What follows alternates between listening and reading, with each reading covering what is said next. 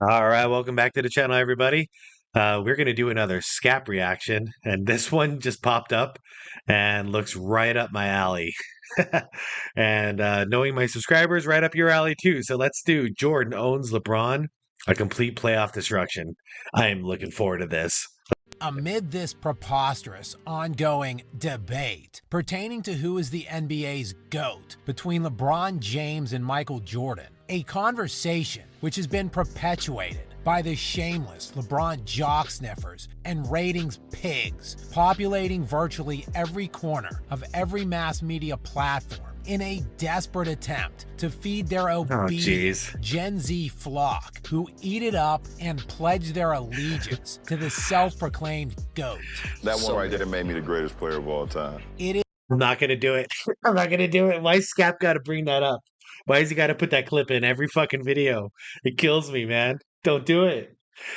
time to reset this conversation in an attempt to illuminate the undeniable truth that it doesn't matter how long LeBron James continues to play, how many hollow stats he continues to accrue amidst the rapidly expanding pace of play and lack of actual defense in this current iteration of the NBA. When it really mattered most, Jordan owns LeBron. Yes. Yeah, and I've been fighting about this in the comments. Not so much with Jordan. It seems like he's getting the respect, but when it comes to Kobe, how people are bashing Kobe in my comment section, and I don't really get it. But their whole point is they start throwing out numbers from LeBron. But I just come back with the simple argument. Kobe was a better winner. When it came to the playoffs, he elevated his game. He delivered in crunch time. Not as much as Jordan. Jordan like escalated his crap to a whole nother level. But Kobe, the more pressure, the better he played. LeBron, opposite. So this is going to be a fun video. And go ahead, LeBron lovers. Go ahead and argue all you want in the comments. Fight against the army. Yes, the primary point of contention, inevitably, in LeBron's fabricated GOAT case are the many failures he has incurred throughout his playoff career, winning just 4 titles in 21 seasons and counting. While the counterpoint in recent years has become the tried and trusted plumber defense. Oh, well, you know, he was being guarded by plumbers and firemen. To call out the perceived lack of competition, Jordan faced along his way to a sterling 6-0 record in the NBA Finals in what amounted to only 12 full seasons. In order to fully comprehend the totality of Jordan's complete obliteration of LeBron, you need to be able to grasp the competition these players faced as well as the supporting casts they had around them. And in the first title run by Jordan's Bulls in the 1990-91 season, his playoffs began by sweeping the Knicks, then beating the 76ers, before reaching the Detroit Pistons in the Eastern Conference Finals. 2 Hall of Famers. Just been to 3 consecutive NBA Finals and won the last 2 straight titles. The Bulls would sweep them. Yeah, everybody acts like there was no competition. Barkley, Hall of Famer. Who was next? Knicks. Patrick Ewing, Hall of Famer. After that, got the Detroit Pistons. At least 2 Hall of Famers. Joe Dumars, Isaiah Thomas. Yeah, he played against nobodies, right?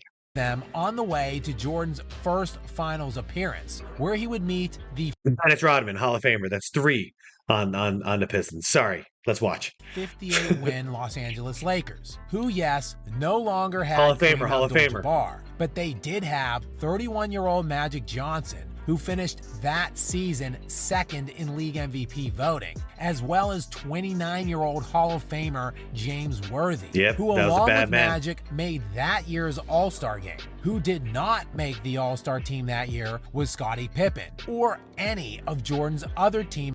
I put that argument in comments in another video too. James Worthy was, all time Michael Jordan's favorite. But, he's got to say Pippen because the 6 rings. But he loves James Worthy. James Worthy was awesome. So the argument was, if Jordan had James Worthy instead of Pippen, he would have at least been exactly as successful. I wholeheartedly believe it. Not dissing Pippen, At the same time, I'm not dissing James Worthy. People just don't know. Teammates on the Chicago Bulls that season. No problem though for Jordan, as he would beat the Lakers 4-1 in the finals while easily being named Finals MVP, as he led the team in points, assists, steals, and blocks, averaging 31.5 points, 11.5 assists. God damn. All right, so his first time in the NBA Finals. Did he choke? Nope. 31.4, 11.4 assists. Good God. 0.4 assists?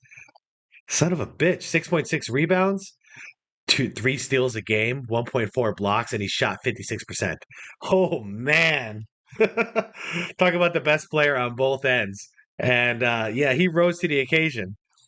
6.5 rebounds, nearly 3 steals, and 1.5 blocks per game on almost 56% shooting from the field. Insanity. The Bulls were 15-2 during that postseason run, while Jordan beat Patrick Ewing, Charles Barkley, Joe Dumars, Isaiah Thomas, Dennis Rodman, Magic Johnson, and James Worthy throughout the playoffs. 7 top 75 players who are all in the Hall of Fame. And damn, so I knew they were all in the Hall of Fame, but they're all top 75 too. Shit. Yeah, he had it easy, didn't he? Real freaking easy. And this playoff run is typically referred to as one of Jordan's bad or easy runs. Meanwhile, in LeBron's first NBA Finals appearance against the San Antonio Spurs, he not only lost, but did so, dropping per game averages of 22 points, 7 rebounds, almost 7 assists, nearly 6 turnovers. Wow. Look at that, nearly 6 turnovers. So Jordan had more points. More rebounds or matched him on rebounds? I can't remember now. Assists. Less turnovers. Jordan never got more than 1.5, 2 turnovers a game. Oh, man. And his shooting percentage. Fuck. Yep. A little different. I'm not saying the Spurs were not a badass team, but I mean, LeBron could have at least played good himself, right? On just 35% shooting from the field, 20% from 3, and 69% from the free throw line. It's garbage! And despite the Cavs' defense being Did he break down his percentages? And 35% shooting from the field. 35% shooting from the field. That's what I wanted to hear. Wow. 20% from 3, and 69% from the free throw line. It's garbage! And despite the Cavs' defense being fantastic that season and postseason, holding the Spurs to just 86 points per game on 44% shooting from the field for the final series, LeBron was humiliatingly swept. And he got all the way to the Eastern Conference Finals that season without even beating a team that had a winning record, as the Wizards and Nets, the Cavs' first and second round opponents, were both just 41-41 that year. And in the Eastern Conference Finals, he beat a Pistons team that no longer had Ben Wallace, their defensive anchor. Nor did they have a single player that averaged over 20 points per game in that season. Despite all of that, LeBron's first finals appearance is routinely painted as a sterling example of him single-handedly carrying a team to the finals. Yeah, that was a walk in the park then. Up until he got to the Spurs, because obviously the Spurs were going to whoop his ass. I mean, that team was stacked. Of course, because as the narrative goes, LeBron just never has enough help and is constantly playing superior opponents. He's still crying about help. Jordan played 16 50-win teams of the 24 opponents he faced during his 6 finals runs. Thus, 66% of his competition across all playoff fields were 50-win teams. Comparing that to LeBron, who in 4 title runs faced just 7 50-win teams, or in a shortened season, a team that had a winning percentage, which would have paced out to 50 wins in a full 82-game year. That is 7 of his 16 total opponents. So while Jordan played a 50-plus win opponent 66% of the time during his title runs, LeBron only played a 50-plus win opponent 44% of the time in his championship run. Hold on. Sorry, I missed that by a second. All right, title runs, 50-win opponents. All right. So, okay, wow. Man, Okay, so LeBron's got 10 title runs, and only 7 times he's matched up against a 50-win opponent. And Jordan, he went to the finals 6 times, and he matched up against 16. Am I reading that right? Yeah. Damn. That's night and day. Oh, and the series amount, 24. Oh, wow. LeBron only played a 50-plus win opponent 44% of the time in his championship runs. But I know, the reason LeBron didn't win many more titles is just because he played such drastically more difficult competition than Jordan. And Yeah, right. since the LeBron fan base likes to talk up his 10 finals appearances, let's expand our examination to all 10 of those playoff runs. Real quick, 10 finals. Okay. I've got friends who argue this too, that 10 finals appearances is more impressive than 6 and 6. Um, okay. Remember all those gold medals that Michael Phelps won? You guys remember that? Swimmer? Do you guys remember who won silver? I don't. I dare anybody. Name it. Who won silver? And does anybody care? No disrespect, but you played a game to win.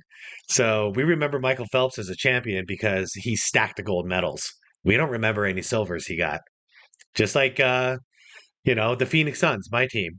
We've been to the NBA Finals 3 times in our history. We accomplished nothing. We didn't win jack. It just hurt that we made it that far and then we lost. So that's all I got to say about that topic. Surely, LeBron faced a much higher percentage of elite opponents under these parameters. Of the 40 opponents LeBron faced across all playoff rounds in getting to those 10 NBA Finals, 23 of those teams won at least 50 games, which is good for about 58% of his opponents. Still less than the 66% of the time Jordan faced a 50-plus win team. Okay. That's another good one. All right, on finals runs, 50-win opponents. On finals runs. Okay, 23 to 16 percentage. Jordan still wins over it. 50-win opponents during finals runs. Interesting stat. Oh, but LeBron played a way higher level of opponents. Nope. Of the 40 playoff opponents LeBron faced in his 10 finals runs, 6 of them won 60 games or more, which is 15% of the time. Jordan played 7 60-plus win teams of his 24 opponents, good for 29% of the time. Okay, that's drastic. That's drastic. That's the big one in my mind. 60-win opponents. So those are like real title contenders. LeBron in 40 series only faced 6 of them. Jordan in 24 series faced 7 of them. And that's why, Jordan was the killer of dreams in the 90s. I got a video about that totally busted. But it's the truth. In the 90s, Jordan killed everyone's dreams because we're talking teams that were legit title contenders. And Jordan just crushed them.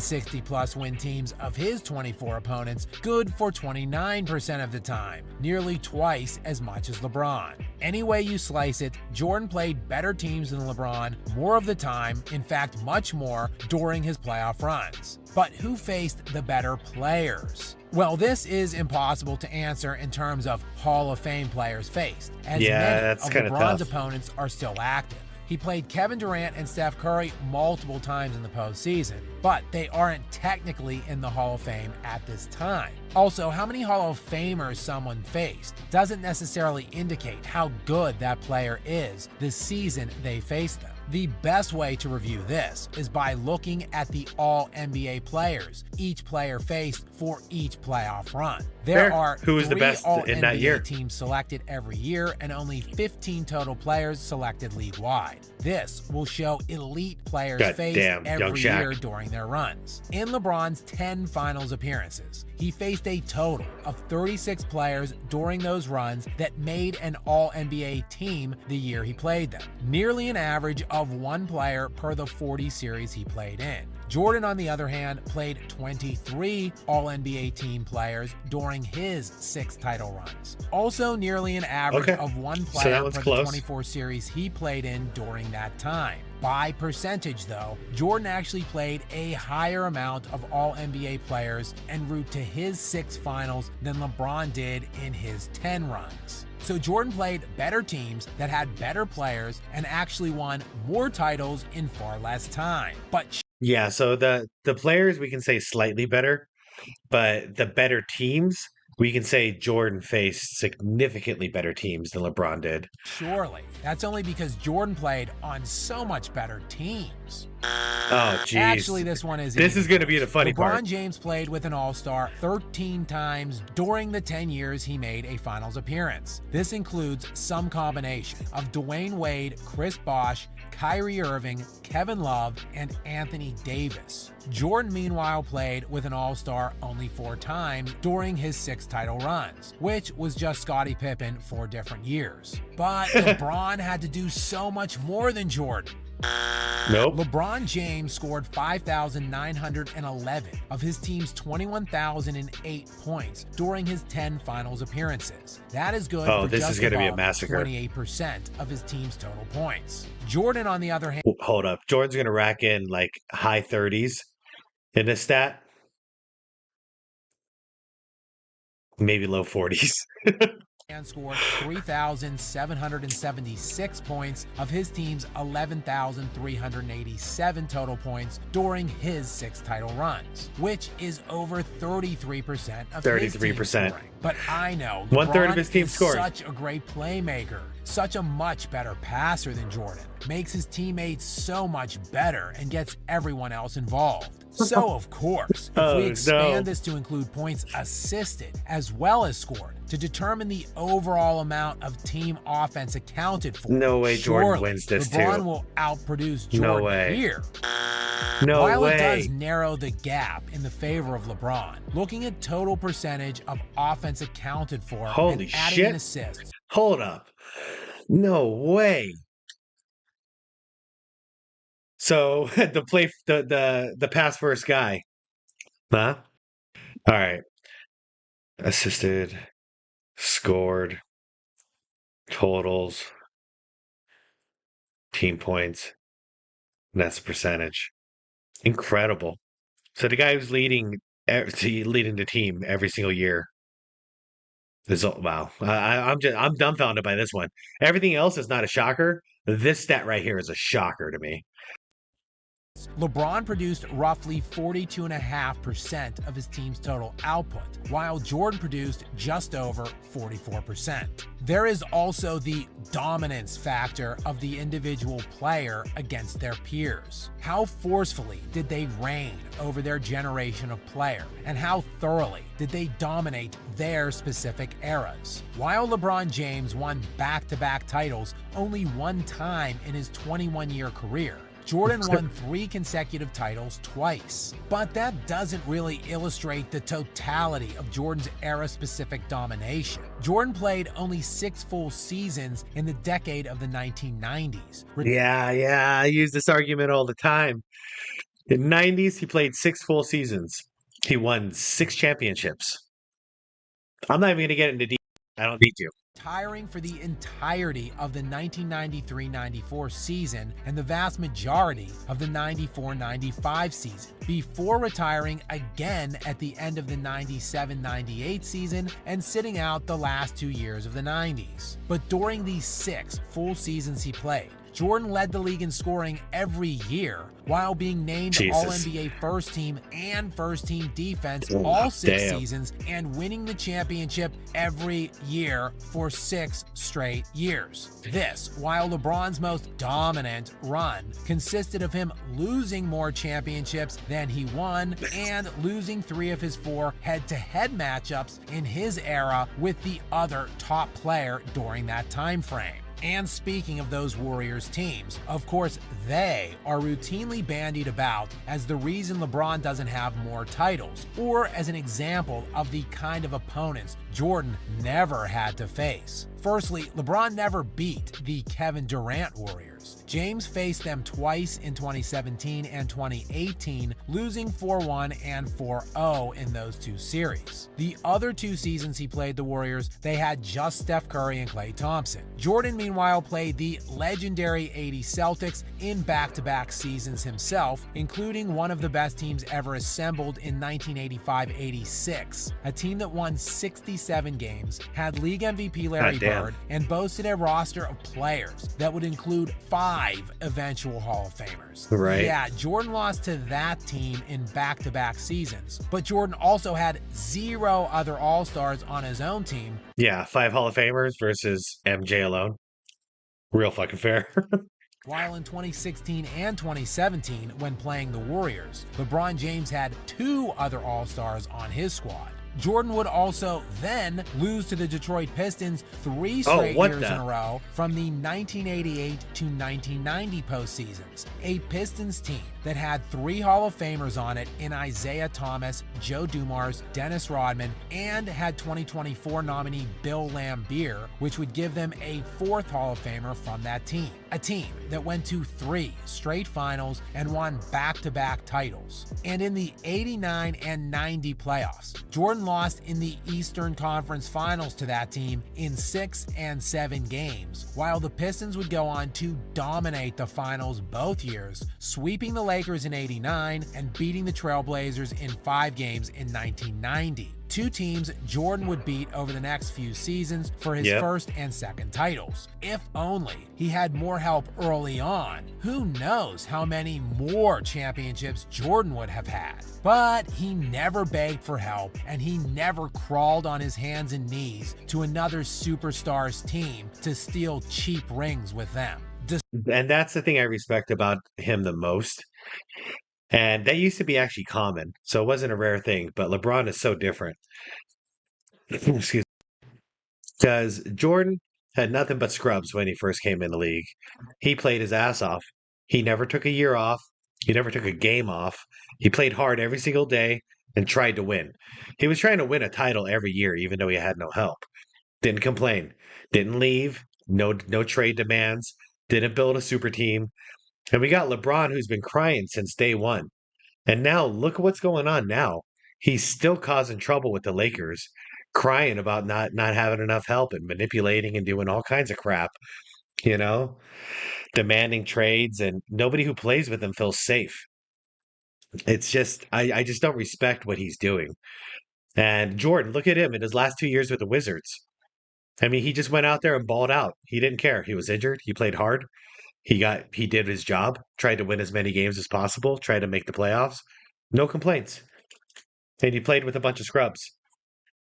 Despite this and the undeniable facts, Jordan faced better teams, better players, had weaker supporting casts himself, and was routinely called upon to do more than LeBron James. Jordan still won 2 more championships, and this is all despite playing in 103 fewer playoff games than LeBron James. Meanwhile, this isn't even factoring in Jordan's collegiate national championship or his undefeated Olympics record in international play. 2-2. While LeBron has not 1, but 2 bronze medals to his name. And while countless ratings hogs masquerading around as basketball analysts, along with teenagers on social media, and even, pathetically, LeBron James himself, will no doubt continue to awkwardly and embarrassingly force-feed his name into these alleged debates. No amount of lies can conceal the fact that Jordan owns LeBron when it really matters. Yeah, he does. And he always will. He really does. Dude, what a video by Scap. Man, that one got the blood boiling. All right, everybody, let's give Scap some love. Like, I'm going to link the video down below. What should we talk about in the comments, huh? I mean, there's not much to talk about. This was a complete destruction. let's just goof off and talk about it down below. I mean, what did you get out of this video? Did you get what I did? Because I see a complete massacre, and I've always known it. You know, one guy who went in and just, I mean, his playoff numbers are ridiculous, and he's a winner. Jordan just kept winning. And then another guy, LeBron James, who just keeps losing and making excuses, and his numbers show it. He crumbles. All right, everybody. I'd appreciate a like and a subscribe and some comments. Let's get this thing going. My channel's growing and I'm having a good time. Thanks for watching, and I'll see you in the next one. Peace.